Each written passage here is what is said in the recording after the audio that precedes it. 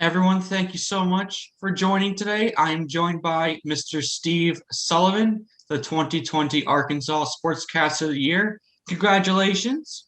Hey, thank you, Joe. I appreciate that. You're very welcome. So, one of the first questions I want to ask today is what made you want to go into the sports field?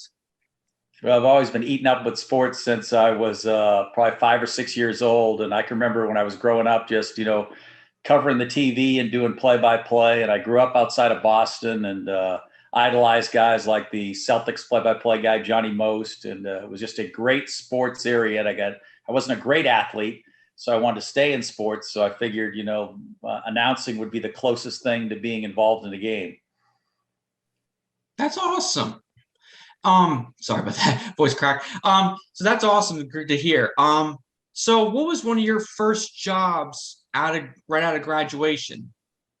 My first sports job was actually a part news job, but I got to do play by play for the Fort Smith Christian Eagles. And what made that job special, when you fast forward, say, 30 years, one of the receivers on that team was Gus Malzahn, who was the coach at Auburn, and now he's the coach at UCF. And I just got fell in love with play by play doing that little high school game, and to me it was the biggest high school game in the country when you got to do that game. And it was so much fun to, I didn't get paid much, but just doing play by play for that team, got me started on the road I'm on now. That's amazing to hear. What was about it that just you said it was one of the number best games in the country? Was it just that atmosphere with all the fans and like the kind of the environment and how it felt around the stadium? Well, the reality is, I don't know how many people were listening, but you don't even worry about that. I found out as a play-by-play guy, you become part of the game. And, if one or two people are listening out there and you created a good picture that they were happy with, then it makes it, fun and rewarding for you. And it wasn't that many people were watching. It was that big a game, but the fact that I got to relay the information to them and they'd get it for the first time, and I was kind of their eyes at the game, it kind of opened me up to what, play by play is. That's awesome. And how long have you been in the play-by-play industry? Well, I've done it off and on for probably 35 years. Wow, that's awesome. That's awesome to hear. Now, in sportscasting, you've had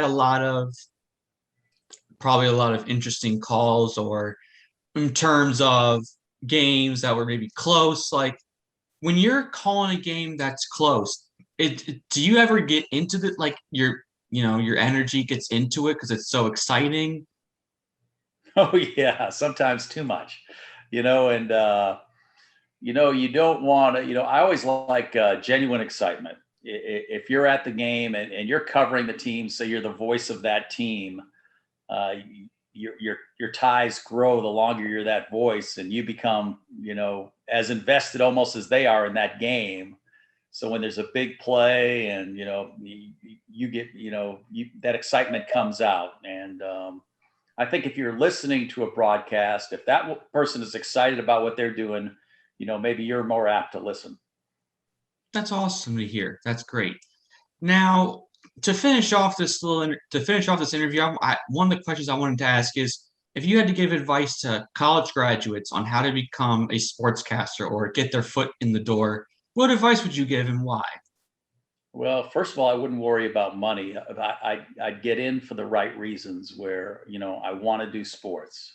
And one thing that helps, especially initially, is, you may think you want to be a sportscaster, but you need to learn how to shoot. You need to learn how to edit. You need to learn how to write and just be as versatile as you can be just to get your foot in the door. Because, once you get that first start, you never know where that will lead. And if it's your passion, I tell you to follow it because I never feel like I'm going to work. I mean, it's a lot of fun, and it's been that way for 35 years. And if you can have a job, so few people have a job they look forward to going every day too. And I'm so lucky to be able to do that. So the advice I'd give is, don't worry about money on that initial job because the reality isn't TV. When you start, the money is not very good, or radio.